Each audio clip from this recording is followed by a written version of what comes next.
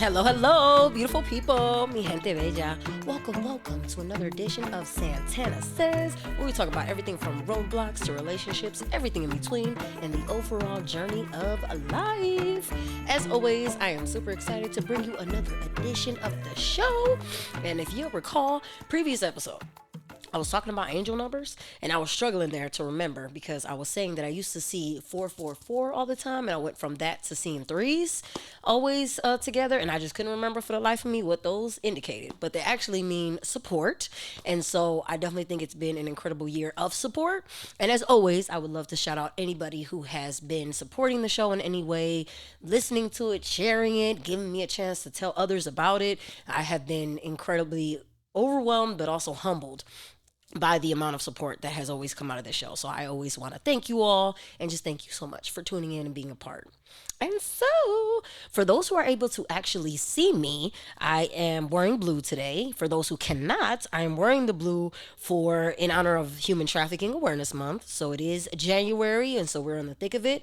January is also Stalking Awareness Month. So today, I want to talk about both. And so, starting with the first one, human trafficking. The thing with human trafficking is that there are two parts. And so, regardless, it is definitely the result of any force. It's any the results of any fraud or coercion that is then used to get either forced labor from someone or to get a some kind of commercial sex act from them. So you got the labor part, then you got the sex part. And so as a result, human trafficking encompasses both of those, but as there's you got to make sure there's a distinction between the two. There is those two different areas that are there. When it comes to labor trafficking, I have absolutely there's a world of not only information about it, but it is incredibly fascinating to know, unfortunately, that human trafficking can really just be modern day slavery. And so a lot of times we talk about slavery as a thing in the past, and it's interesting too how that comes up in racial conversations as well, and when we're having conversations about diversity. But slavery is absolutely something that is real, and modern day slavery is absolutely something that exists. And so, human trafficking, unfortunately, is an example of that, and it's a way that we know that that has occurred in our world. And so the thing is with one thing that I was being taught, so when I was in the world of advocacy and I was first learning about all these things with human trafficking, I had no idea that so there were some certain shops that you can go into, for example. And so you could enter the shop. And at one point, the example that I was given was that there was somebody actually greeted someone, but they came from the back and then they greeted everyone, but none of the workers were actually there. So you just saw one person come and greet you. And then, that was it. And then once you said whatever service you wanted, these other workers then came from the back, did the service, and then returned to the back. So it looked a little odd.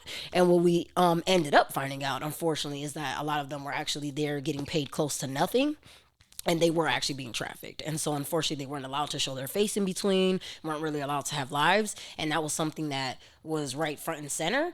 And so as a result, I've also talked to a lot of like beauticians nowadays who they even get human trafficking training to bring more awareness to that, because sometimes traffickers will bring their victims essentially to the shops. They're going to make sure that they get their hair done, they're going to make sure that things go well for them. So it's good for people to have those eyes out and to be able to see that. But that's also having to do with the sex act. So we have that, which is labor. So of course you'll have some people that are trafficked in that way.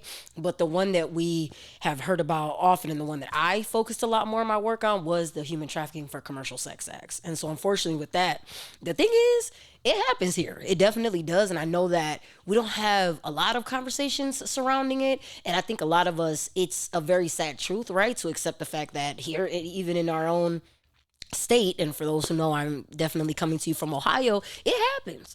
And to be honest, one of the reasons why it does happen is because we have highways, we have ways to easily get out of state. And so unfortunately traffickers see that as an opportunity to then take individuals and be able to take them across state lines, and be able to engage them in whatever acts they want to do. And the main thing is too is profit is driving it. And so unfortunately we know we live in a capitalist society. We are driven by money, definitely, to acquire as much of it as we can. And traffickers definitely know that. And so they also know that not only that they're driven by that profit, but also that a lot of people do like to engage in sexual activity, and so they take advantage of that and definitely drive a profit in that way. The other thing is that Ohio at least is one of the states that is ranked when it comes to human trafficking. And so that's actually a good thing. There are some states that don't even know their ranking because they're not even having the conversation about it. Doesn't mean that human trafficking isn't happening there. It's just that they're not talking about it. And they're like, well, maybe if we don't, if we don't mention it, I don't know if they're under the impression that it'll disappear, but it certainly will not. Human trafficking definitely happens all over. There's a lot of hotels, unfortunately, where trafficking occurs. And there are warning signs to look out for because unfortunately, if there's an individual who you might see that all of a sudden they were somebody that might have been, not necessarily like not put together, but all of a sudden it looks like they got like designer clothing and, they just seem to have had a lot more money than something that they would have acquired or things like that. It is possible that trafficking may be happening in that case. And so unfortunately, it definitely does happen right before our eyes because traffickers do go to places where they can find people. And so that does happen at schools. It can happen at libraries. It can happen anywhere. And so it's definitely good for us to, know that and then know that that potential is there.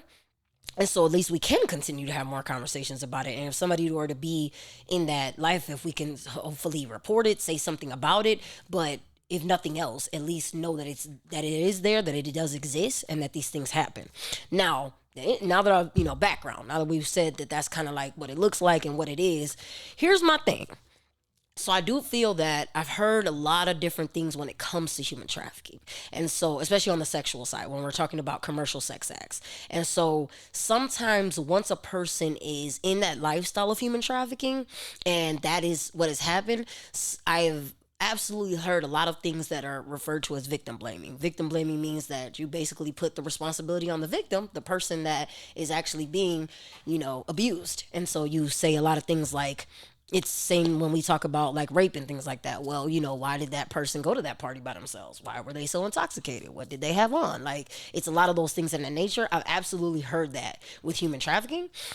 And my thing is, that's why I wanted to be able to have the conversation about it, is that a lot of individuals who end up getting trafficked, that was never part of the plan. I don't know anyone that was thinking, wow, this sounds really attractive. So like, I would love to be a sex slave for the rest of my life. That sounds like a good plan to me. That's not how that goes, but unfortunately that's what it sounds like when we put the blame on the people that end up in that lifestyle. And so, I always find issue when we, don't give enough time to provide clarity around it, but I just love, but I actually had to be educated myself. So to be honest, I'm not saying that's why I'm glad we now have these opportunities and spaces, because I absolutely didn't know a lot of these things until I knew. And so once I got educated on myself, I was like, oh, we need to definitely educate more people on it, because I would love for others to know as much as I know about it now the way I do. And so the other thing that happens is I have absolutely seen that. So one, for example, somebody I know that unfortunately was brought into the life of trafficking. This person was actually a college going person. They had a lot going for them. They were in their studies, and unfortunately they were trafficked by their significant other. And so there was the opportunity to basically hand this person over, and that's actually what also happens. So not only is it that people get what we think are like those myths of just like people getting kidnapped, that white van coming, swooping that person up, and then whisking them off into this life of that. I mean, that can happen, sure. Like, these things have occurred, and that's why we see a lot of shows and movies around it. But sometimes people are being trafficked by their own family members. That's the other reality that I feel like we don't talk about enough. It's by people they know. And it's definitely by people they trust. And so nobody knows that that's exactly what they're being handed over to, but it has absolutely happened. A lot of times it can be for addictions. So if a person does have that addiction to drugs, or they're trying to support it, sometimes it's been for that. Sometimes it's been to pay off debts. Literally, people have traded people's lives for that.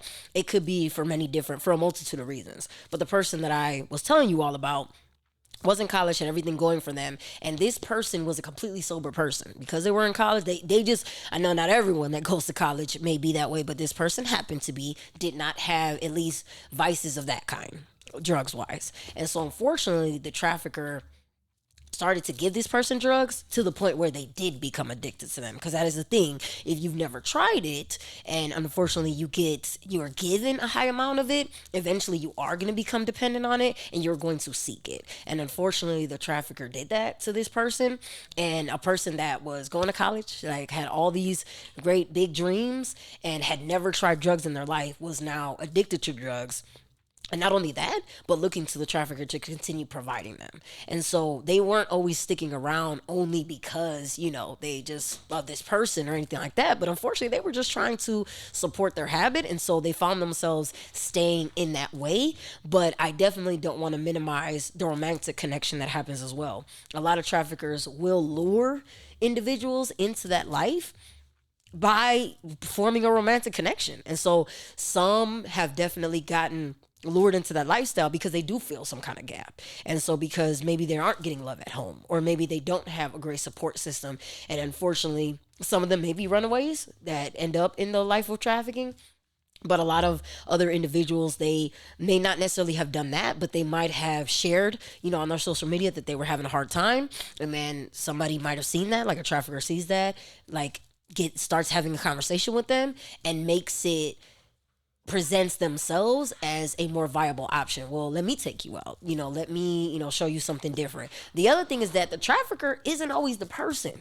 So the other thing, the one that I was like fascinated by, and that was very interesting for me to learn about in this world of trafficking, is that it's not always just the, what has been quintessentially known as like the pimp himself. So like we've known that there's been many shows and movies that show that, character where the pimp is actually somebody we want to be like. They got all this fly, they got all this swag, and they're actually like this great person because they got all these women lined up and they just seem really great and their lifestyle seems really attractive.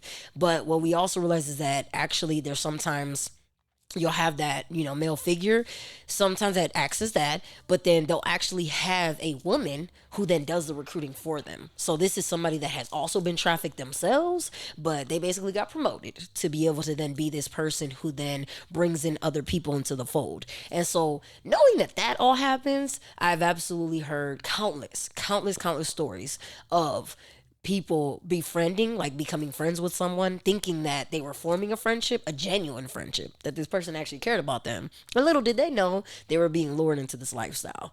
And so that's why I think it's great that we do have an entire month dedicated to this so we can know more about it, because absolutely sexual assault is important. So is domestic violence, any of the interpersonal violences that we do talk about here and elsewhere. But human trafficking is certainly interesting in that way and how it operates, the profit behind it, and also just how common it is. And so I don't feel like it's equated at that same level of commonality with others interpersonal violence that we hear. We might hear about it in some spaces, but I don't feel like we hear about it enough as this thing that is happening right before our eyes when it really is.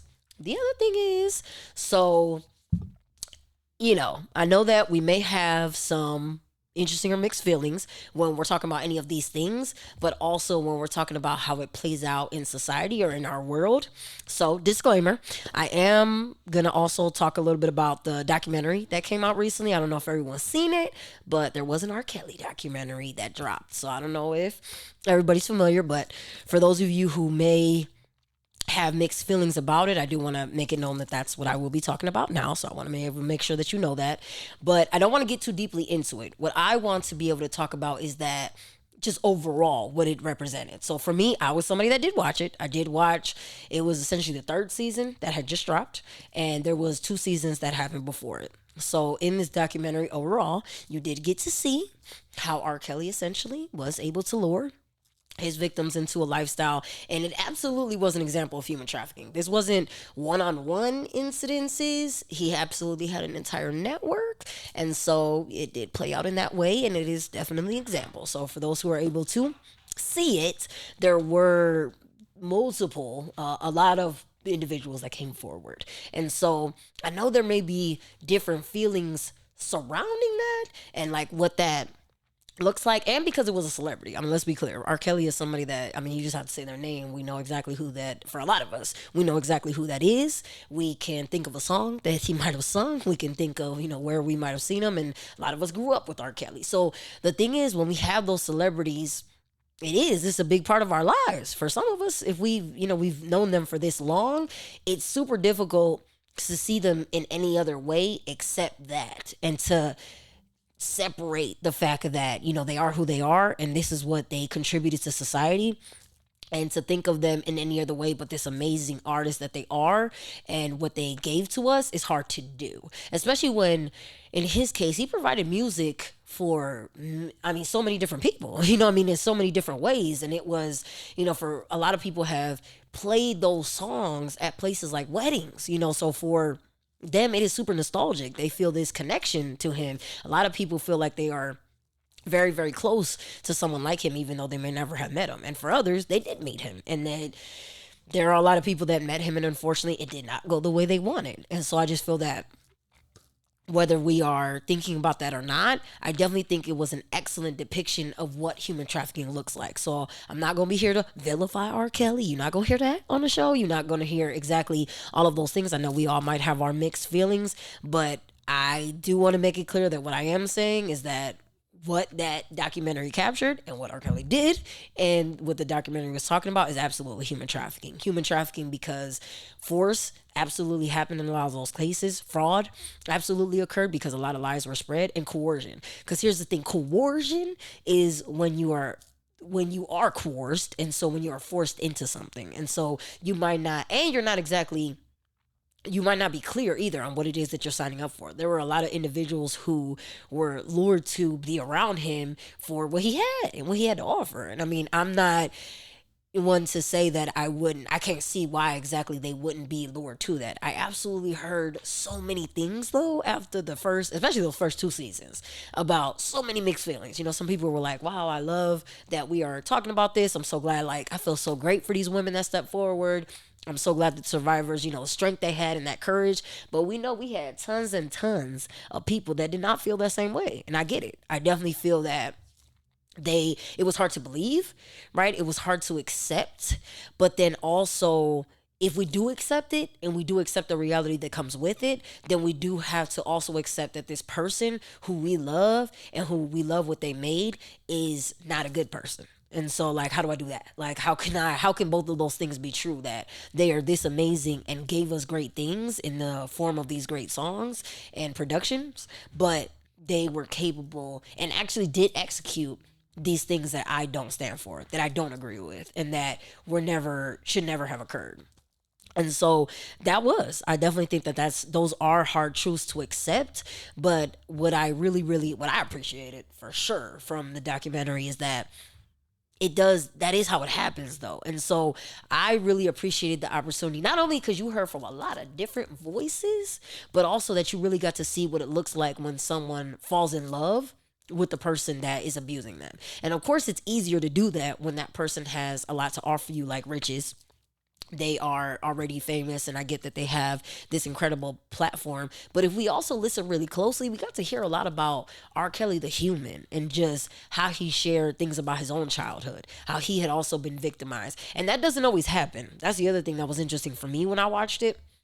Now, if you are victimized as a child, sometimes you will victimize others because you are acting out, and so you don't know how to necessarily make sense of what occurred to you. So you might then victimize others, especially when you're very, very young. So when you're very young and it happens and you're not exactly sure how to make sense of it, as you do try to process it, you try to figure out whether it is normal. So you might see that children will, show this unnatural sexual behavior with someone else.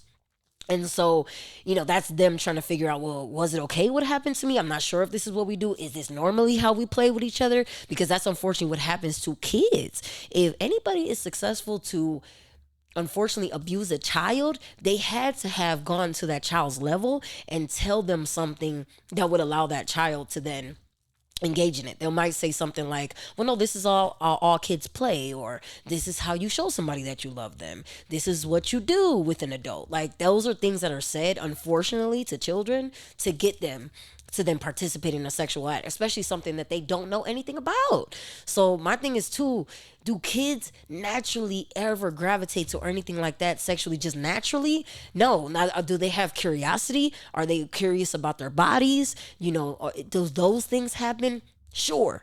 But do kids naturally gravitate towards wanting to engage in activity that they've never seen before? No, unless they have been introduced to it. So unfortunately, you'll see a lot of abusers try to lure kids with things like pornographic material. And so they'll show it to them and then say like, okay, so now we're going to do what was on it. And so unfortunately, they'll use all these different tactics. And R. Kelly was actually one of them. He definitely mentioned more than once. And that really, really stuck out to me.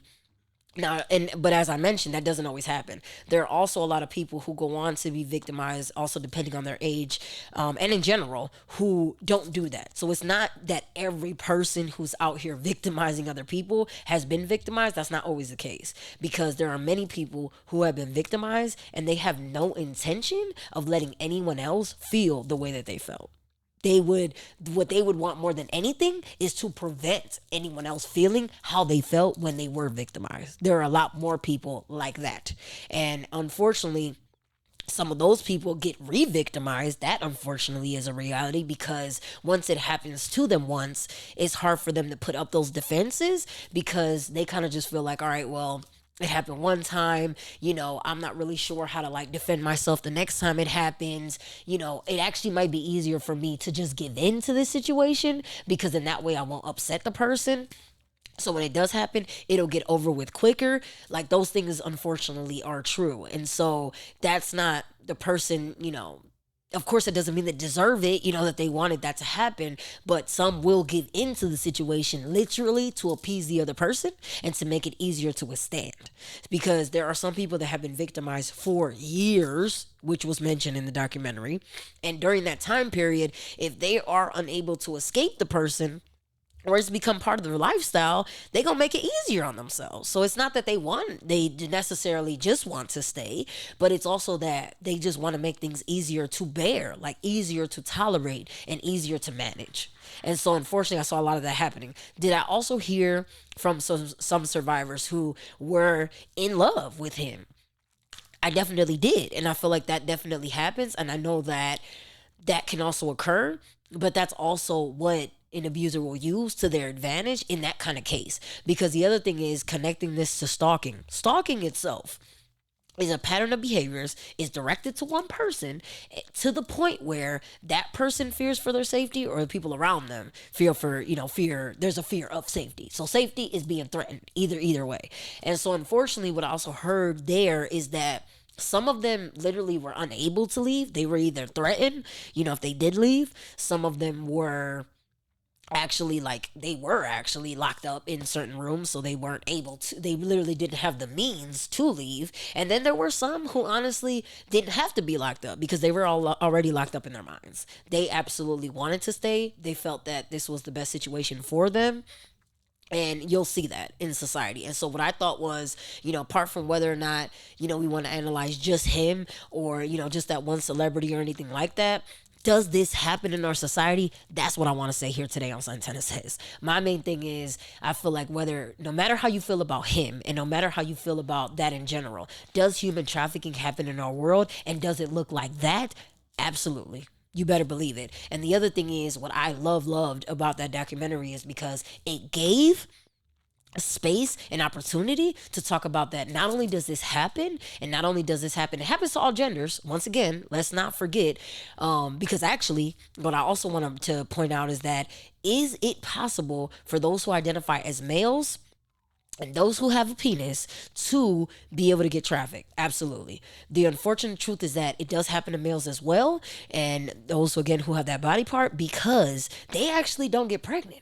And so it actually is very attractive to some traffickers to be able to have that, to be able to victimize them, because they not only can engage in sexual acts, but they won't get pregnant as a result. And unfortunately, with those who have vaginas and have uteruses, that is not the case. And so they have to take care of that.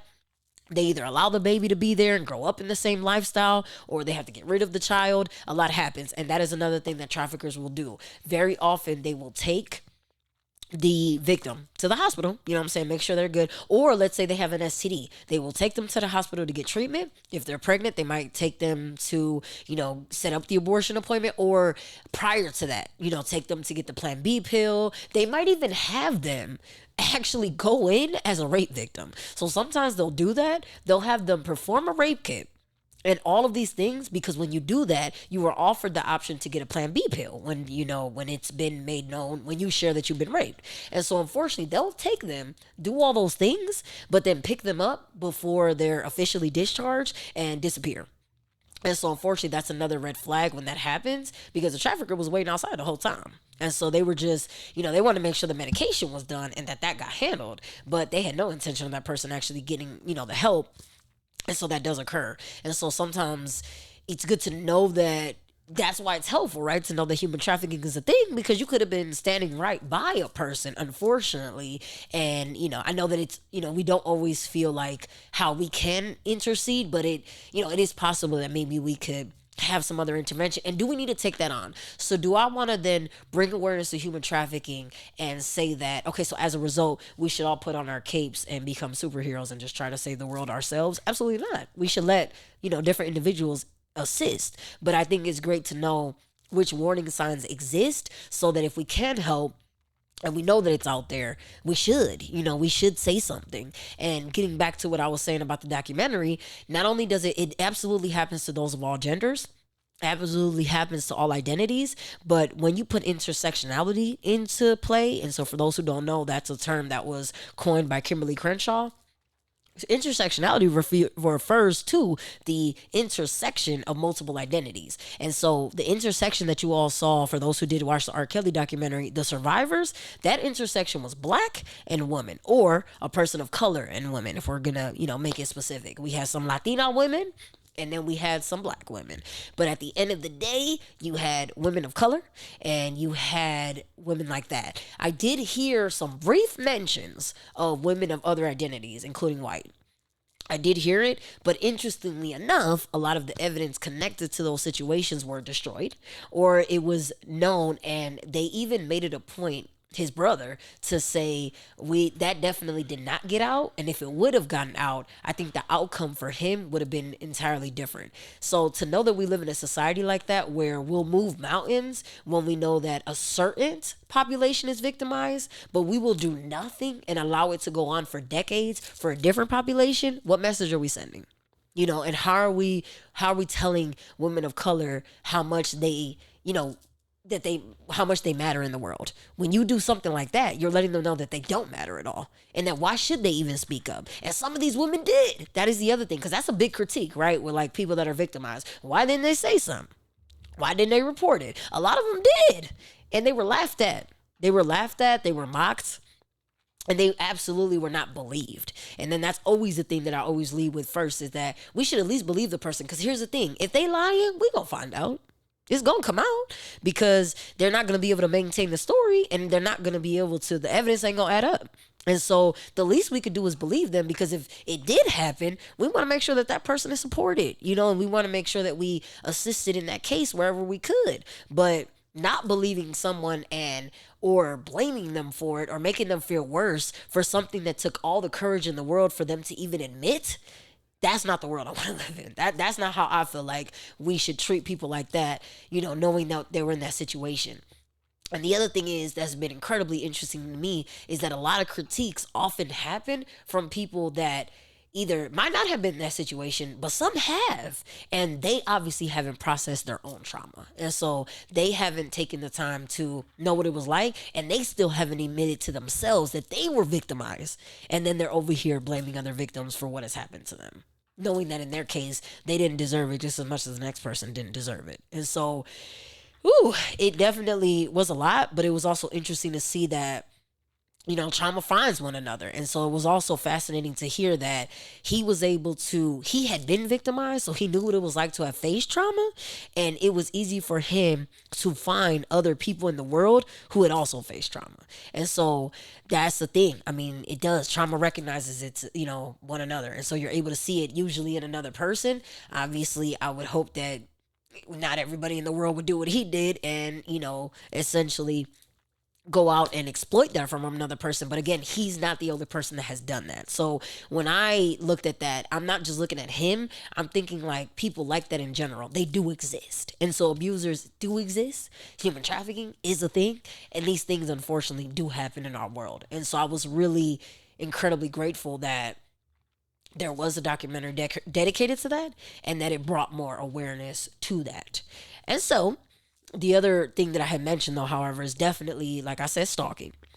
Now, stalking, if human trafficking doesn't always get a chance to be brought up, I will tell you right now, I know for a fact that stalking absolutely doesn't get brought up either. And so we got stalking. I mean, now we hear about it, but I'm saying, do we like really give it the credit about like how harmful it can be, or how it takes place, or how it can affect, essentially like affect others? I don't think so. If anything, I've seen a lot of jokes mentioned about stalking. It's to the point where we'll use the word stalking, and I mean, I'm guilty of it. I've done it before too, where I'm like, oh, I'm gonna stalk you on Facebook, or like I've even used the word harass, like in a playful manner and things like that. But it's like stalking actually, apart from that, is a real thing though. And so, and even with the show You, so that's another one. I mean, I've watched it. I've definitely seen You. I absolutely love the content. I thought it was interesting. It was an interesting show. But unfortunately, here's the thing with You. So we got somebody who is absolutely stalking someone.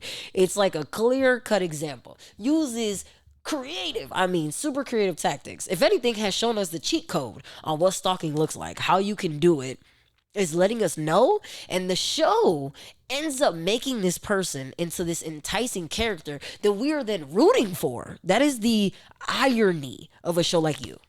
It is showing us what a stalker looks like, how a stalker is able to effectively stalk others, and make them fear for their safety. But we find ourselves at the end rooting for him, and we're like, yeah, we really hope that he ends up winning in the end, and that, like, I want to see what happens to him. Does he end up, what's he gonna do now? Is he gonna find somebody else to do it? Like, we find ourselves on that side, and that's the part I can't. I personally cannot. That's the part I can't support, just because, I mean, yeah, awareness. You always gonna hear me spreading that, like, what we can always do that, and I definitely think we can always benefit from more of that. But being able to then live in a society where we're kind of essentially like cheering on those who stalk others, or those who do these kind of behaviors, that's where me personally, I'm gonna draw the line, because I feel like we can't. That's what we can't do. But I do think that it's great that we talk about it, period, because when it does come to stalking, now stalking is an interesting one, because it can show up in so many forms. So stalking ain't just that you literally walk behind a person and you hide behind a tree, and then when they see you hide. Like, it's not. It doesn't look just like that. It is not just physical in nature. And so stalking is also blowing up someone's phone, and so constantly calling them, or like texting them back to back all of these messages, and like interrupting their day. I used to work at a university, and at that university there were individuals there who were getting stalked, and what was interesting about the way the email system was set up, they will go to block a person that they wanted to cease contact with. And so blocking is a great thing, right, that we talk about. Like, well, if you don't need somebody in your life, block them. Okay, well, this person will block. And I have no idea how this was possible, but instead of it actually stopping the messages, unfortunately, what would happen is the messages would then show up in this person's inbox in red. And so not only were the messages still coming in, but they were like red and essentially like flagged to show that they were coming from the blocked person. So it's like alerting them to look at it. It was a lot to see. And so this person is already being harassed by someone, right? Their safety was already being threatened, and then now they're having to see it in an alarming way after they took the measure to get that person out their life. And they were sitting in my office telling me about this. And so it was just incredible to know that, yeah, obviously that was a grave error on the IT department side, that they didn't know that. I mean, I would hope they didn't know that is how, blocking, showed up in that way. But it was also just incredible that unfortunately this person was having to share with me how they did something to cut somebody out, and yet they were still there. And unfortunately, I feel like that is a perfect example of what stalking can look like, because it might not be as clear cut as that person who blocked them and it still show up as this red message, but that is what it feels like to some people, because a lot of people who have been stalked by an individual, they have also done the same thing. They have taken similar measures. They have tried to either, like, sometimes they will try to have conversations with the person and tell them, hey, I'm not interested. I don't want don't want anything to do with you. It was great, but I'm just not. I just would not like this to continue. Some have had that conversation. Some are honestly too afraid to have that conversation with their stalkers. There are many people, again, of all genders and identities, who are stalked in our society, and they do it in different ways. The other thing is that it completely interrupts people's lives. So that's why, again, when we talk about having a whole month dedicated to it, yeah, we need it. We definitely need it, because the thing is, when people are stalked and when their days are interrupted in that way, it can get in the way of a lot. Some of individuals who are stalked, the stalker will actually show up at their job, or they will literally interrupt their work day.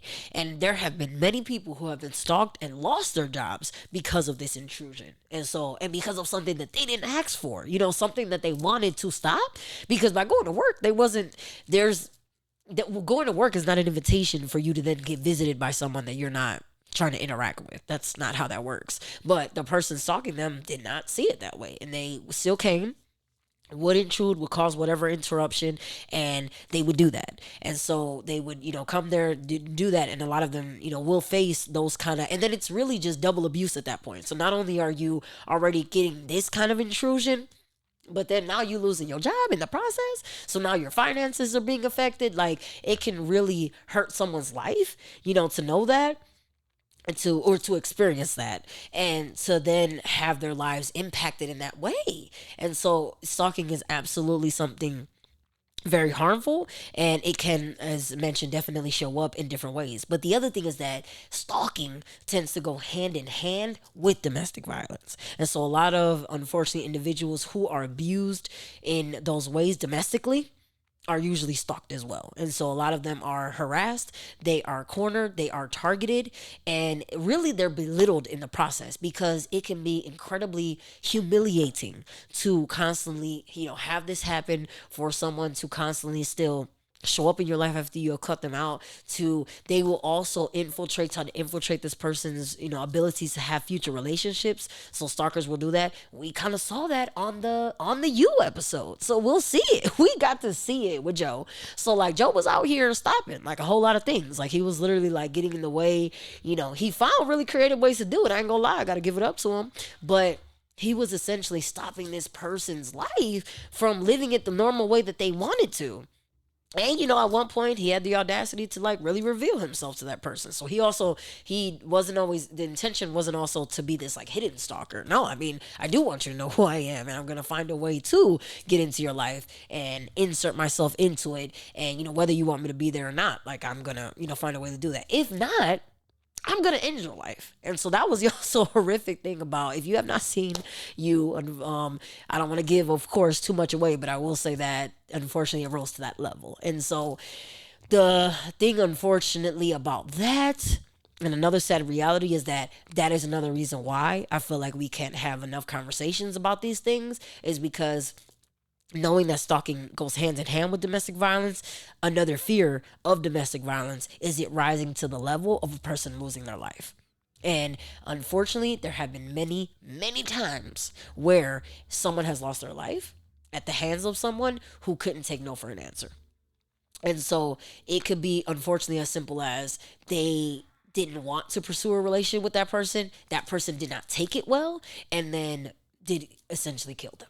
And so, dude, that is not a reality that a lot of us, want to hear or to know about, but it unfortunately happens. And there have been, not only is it possible for us to know somebody that has happened to, or to know a family that has been affected by that, or to know that, we've seen it unfortunately play out with not only, famous people, because it has occurred with in that world, but also with people, regular people just like us, that have also, it has occurred to them.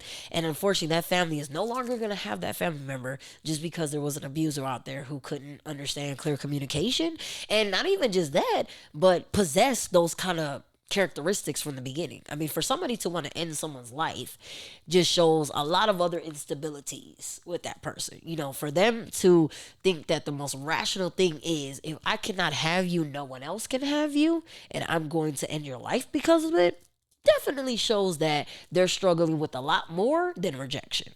So that person may have their own insecurities. I'm sure that they It is possible that they may have seen a lot in their lifetimes and they're dealing with all of those things. Does it excuse any of the things that they do, though, as a result, especially when they end someone's life? Absolutely not. And that is also how I felt when I was watching the R. Kelly documentary. That is what I feel like, that's what happens. That it was such a great way to talk about how we can, it's a struggle. It is absolutely a struggle to hold people accountable when they do horrific things like that, when anybody is capable of doing something that is harmful to someone else. It is absolutely difficult, and yes, it is hard, but should we not hold them accountable just because it's hard to do it? No, we got to do that, because we shouldn't live in a world like that. And a lot of us have, I have children. So I absolutely, I would love for my children to live in a human trafficking free world. I would love for them to live in a domestically violent free world.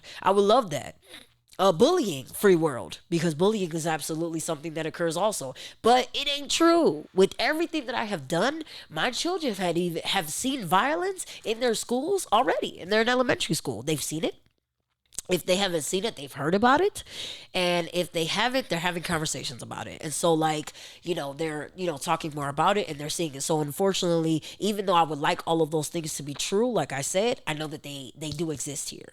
And so, should we, in that case, be vilifying or putting the blame on the victims for ending up in a lifestyle like that? Is that what we should be more upset about? Or should we be more upset that this is happening in general, and that there are people out here perpetrating and doing this abuse? I feel like, which one should we be more upset about? And that's what was interesting for me, seeing that and knowing that we're having any struggling conversation about these things. To me, it should be clear cut. I feel like when it comes to anything dealing with human trafficking, anything dealing with stalking, I think we should always be on the side of the person that it's happening to. But I know that another counter argument is that, well, the reason why I don't feel that way is because people lie. I agree. I understand that that does happen, and that some people are not always truthful. But again, those people do end up getting their punishment, though. Those lies don't usually take them far. But the other thing is that population of people that lie is very small. It is very small. And, there's a lot more people, unfortunately, that are telling the truth when these things happen to them. And because they're faced with people that make them feel worse, they end up saying nothing. And a lot of people are carrying secrets to the grave just because they felt like they couldn't come forward and say something, and they didn't feel like they would be supported when they did. And I want those people to know that. Meanwhile, I want to create a culture where there's more of us that are supporting versus attacking. And if there's people that don't understand, what these things look like human trafficking or stalking, I'd rather us be asking questions versus making assumptions. Like, let's ask more let's ask more questions. Let's say, how can how can I learn more versus how can I judge more? I'd rather we do that first, because the other thing is, it's always interesting to see us passing judgment when we don't have all of the information, or judging something, because again, it's easier to do that than to accept or digest and take in and sit with the reality that comes with it, because I know that's difficult to do. And I know that's not an easy thing to do, but I have been surrounded by way too many survivors for me not to want to get into this work. But I also am amongst the survivors, and I have absolutely wanted to rip off the shame that comes with it with saying that. Like, yes, I've been in an abusive situation, but I'm still standing. And yes, I didn't realize exactly what situation I was in, but I thankfully was able to get out of it, and I know better now. I absolutely know now. I didn't know what I didn't know when I was in the situation. You can't know what you don't know. But once you do know, I feel like we should act on that. We should act on that knowledge, and we should try to help others more. And the thing with stalking that's interesting, right, is that it's actually a crime in all 50 states. And so, whether we think it's something that's, that rises to the level of importance or not, what I will definitely say is that, yeah, it is punishable by law. Like, that is how serious it is. Unfortunately, that's also how common it is. I mean, for something to be punishable in all 50 states, it means that it's happening, in all 50 states. Like, it couldn't be that, they were like, well, let's just band together and take a stand against this thing that isn't happening here. It's because it is taking place there. And the other thing that goes hand in hand with it is that, yeah, it absolutely is. It is common. And again, it does take on these different forms of harm in those places. And there are, it does play itself out in those different ways. And so I think it's important for us to know, how it does play out and, how it can look like, for different people. So I feel like, when we have those opportunities and when we are given those spaces to be able to then explore this more, I hope we absolutely do take it and that we bring awareness to it. The only other thing that I wanted to mention though is that because stalking goes hand in hand with domestic violence, and because even though I just mentioned that it is punishable in all 50 states, now the thing about that is, do we see a lot of people always getting convicted of things like stalking or things like domestic violence? No, not all the time. I mean, I definitely don't want to say that as a result am I saying that people shouldn't come forward. No, absolutely not. I think that all individuals should definitely feel support enough to come forward, and they absolutely should. But I will say that we do have a justice system that makes it incredibly difficult, however, and so it hasn't been easy. And I really appreciated that the R. Kelly documentary spoke to that, because the thing is, I've seen it play out. I have seen individuals been stalked.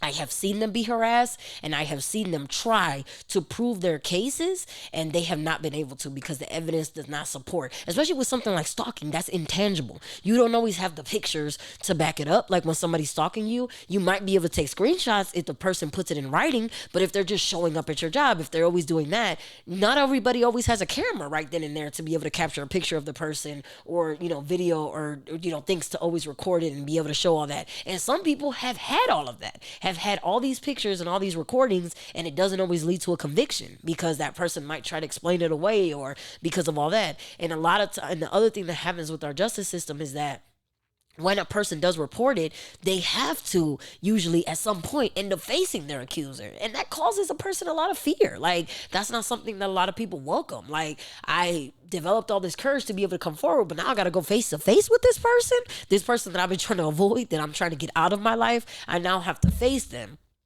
admit what they did to me, and do it in front of all these other people, and maybe I'll get the outcome that I want, and maybe I won't.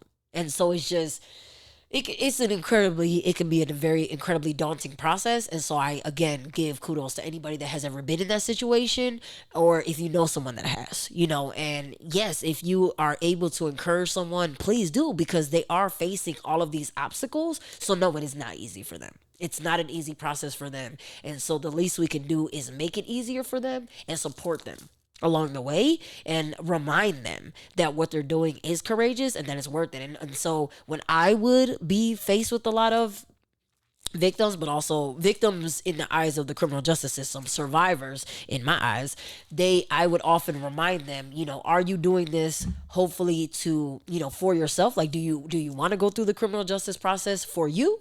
Or, what are you seeking? Because I would always remind them, getting a conviction might make you feel better. It might not. Also, you got to know that you might get it and you might not. So I just want you to keep all those things in mind. So it's definitely conversations that I've had and continue to have. And if we have the opportunity to do it, I would always want us to be able to do that too. And so with all of that, the good news is we talking about it, y'all. So we are, the fact that we have a month of awareness, the fact that we, have different platforms that are dedicated to it. And now there's a new one, maybe today was one of the first times you might have talked about it or heard about it or, explored it. I think that's a good thing. Day one is a good day. It means that you are that closer to it, and at least we can talk about it. And even if I said some things today and not all of it you agreed with, that's okay. I hope we know that is completely all right, and that's gonna happen because of course we're human beings. I'm not expecting anyone to see everything from my point of view or to be able to say it. But if you want to have a conversation with me about it, I encourage it. I'd rather us be talking about it versus ignoring it and making it seem like these things don't exist and that people aren't affected by it and that people aren't hurt by it.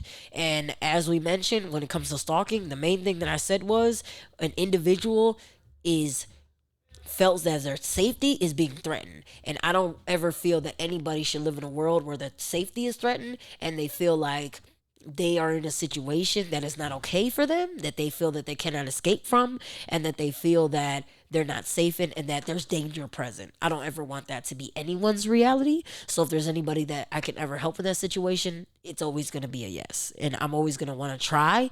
And I'd rather try and, know that I at least attempted versus that I left that person alone and I could have helped. And so, with that, I would, appreciate, as always, you all, tuning in. And like I said, because of that, feedback is always encouraged. If, they resonated with you in any way, if it sparked any interest or any curiosity, I'm glad. I hope that that's what it did for you, and I hope that it's what can continue to happen in the future. And so, as always, I'm glad to bring you another edition of the show, but also to hopefully encourage some future conversations that don't just happen here, but off the show as well. And so, as always, thank you so much for tuning in. And let me know if you got any ideas of other things you want to talk about. And again, anything that we might have touched on already that you might want to discuss further. And we always drop this episode, every other Friday. So please check in next following Friday to be able to check in for another episode. But as always, thank you for tuning into this one and being the incredible supporter that you are. Thank you.